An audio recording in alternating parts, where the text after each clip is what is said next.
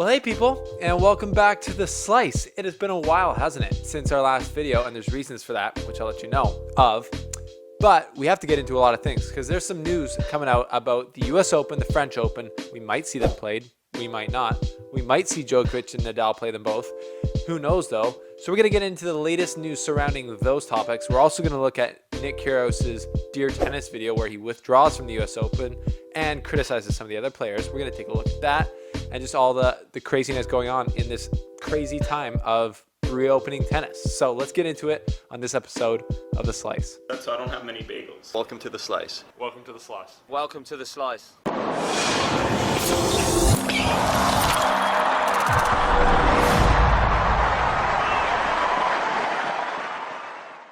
Well, folks, we're back in action, and I am so excited to be back with y'all. I hope you're all doing well. I'm doing well. I'm looking great.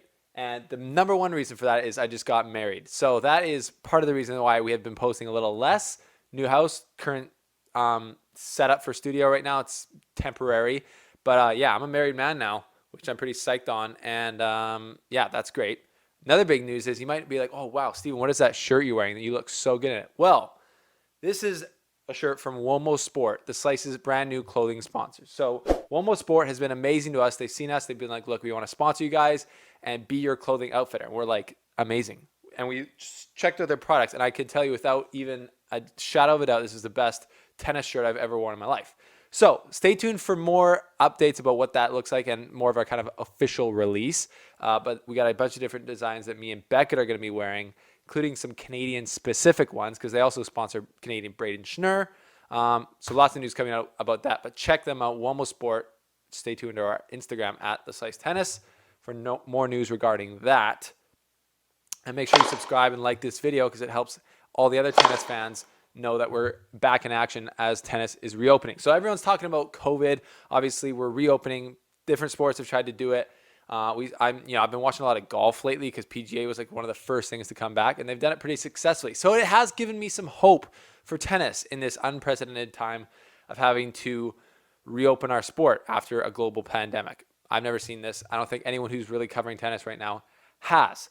But the question in this video is what's happening with Djokovic and Nadal, because they're the two biggest guys playing right now, coming into the US Open and French Open, kind of hardcore back-to-back clay court season here. So first things first, the WTA is officially back with the Palermo Open. Simona Halep chose not to play as there's apparently more coronavirus cases rising in Romania. It also seems like a bit of a smaller tournament, so she might not have played anyways. But it seems like a decent draw there. And yeah, so that the women's side of the game is officially back. No ATP tournaments yet. The first one is scheduled to be the Cincinnati Open. And the last time I looked, Djokovic and Nadal are both in the player draw. Obviously could pull out at any time, but they're scheduled at least there, which kind of makes sense. Even if they have no intention of going, they want to have that option unless something changes, I guess.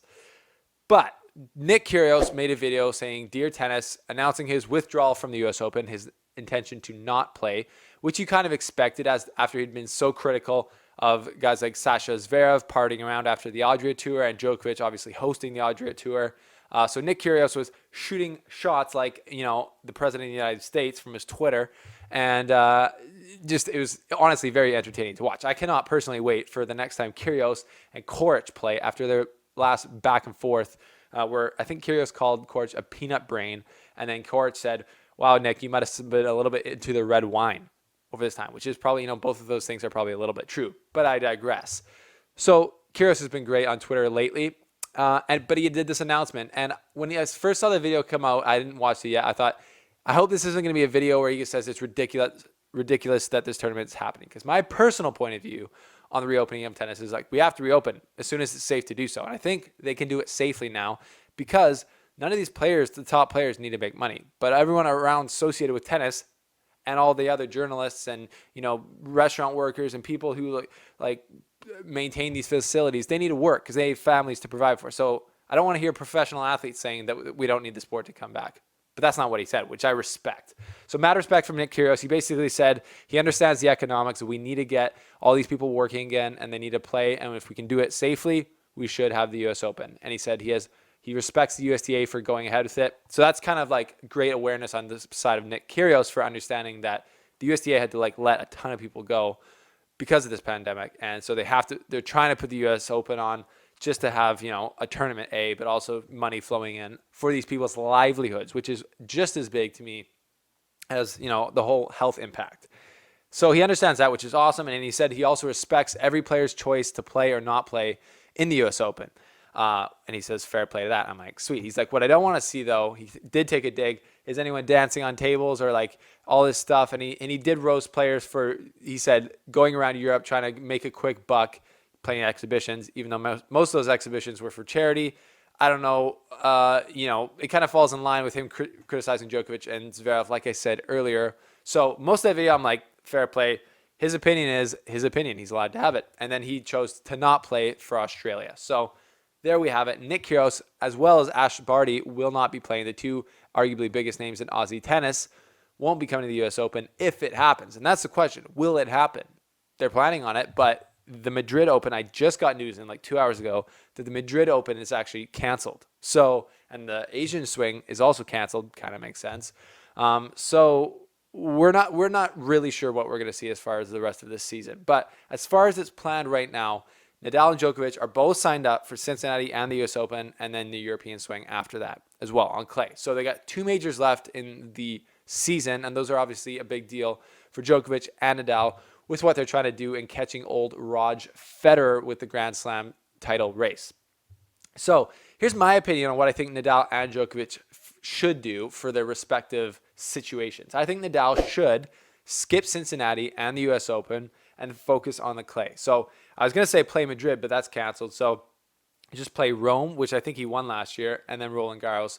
That's his best chance to me to win one slam, and then he ties Federer because Federer's out. He can't do anything right now. So I think if Nadal were to play the Cincinnati and then the U.S. Open, we don't know what that could do to his body because I think from Beckett, who is a big Nadal fan, he's a confidence player. When he's really confident on any surface, he's so hard to beat. When he's not as confident, he's much more vulnerable. He'll leave balls shorter, players can attack. He hasn't played a single competitive match since like February, I think, or the beginning of March. So he doesn't have much confidence. Obviously, he's going to be confident on the clay for reasons that we don't even need to talk about. But coming to Cincinnati and the U.S. Open, if he doesn't play well in Cincinnati, he could get on these U.S. Open courts not being confident, or coming onto hard courts after probably playing mostly on clay in Europe and tweak his body a little bit, not feel good, and lose early. That doesn't help because then he just tweaked his body possibly. Then going to the clay might not be 100%. So I'm thinking at his old age, like Fed, these guys are they're like senior citizens. They're trying to preserve their body. They got to preserve it. So I don't think Nadal should come to the U.S. He should stay in Europe, keep training on the clay, and then come into Rome and the French Open, like as the bull that he is, and just take over. He'll be the obvious favorite there. Djokovic, I think, should play Cincinnati, the U.S. Open, and the French. Probably now there's no Madrid, so I guess he could take the week off after the U.S. Open, skip Madrid, go play Rome as a lead up to the French Open, and then he would have a chance to win the U.S. Open and the French Open, which would be unreal, obviously, for him. So Cincinnati would be a great warm-up for him. He's already played some tennis, as we know. He played Adria Tour, got COVID, got through it, no big deal. Keep moving ahead. So I think that, he's younger. He can do this with his body, and he's, the best hardcourt player in the world, probably still, for sure. So playing Cincinnati, I think, would be a good idea for him, and then he'd have a great shot to win the U.S. Open. And then he could come back to Europe and have another chance to win another major at the French Open. So that to me seems like a bit of a no-brainer. What are your thoughts on what these guys should do, the two of the big three that are playing right now? That's what I think. So we're going to see, though, because honestly, everything could be canceled. We don't really know. I can't tell what this virus is going to do. I'm not going to act like I know anything about it. It could come back up, could go back down, and then we just don't know. We don't know who's going to show up to these tournaments, and we don't know if they're going to be played. I hope they're going to be played because I would really love to see some tennis that's not exhibitions right now. All love to the exhibitions, though, especially the Battle of the Brits. So, yeah, that's the video for today. Happy to be back. We are going to be putting out way more content, especially on the Patreon page. So support us at the Front Row Show. Link below. We're doing Zoom calls with all our members on there. So we're just going to get in there, learn all about Zoom, and we're going to chat tennis. Thank you to our sponsor, Womo Sport from California. These guys are sweet. Stay tuned for an official launch of our collaboration with them and to see all the different lines. And you can go to their website and use the code, I think, SLICE10. It'll be linked below to get 10% off your order because it's the best tennis clothing that I've ever worn and then you can rock it and look fresh on court and off court. So check out their website below. Thanks One With Sport for supporting The Slice. Thank you for watching, liking, and subscribing. We'll see you soon. Thanks for watching.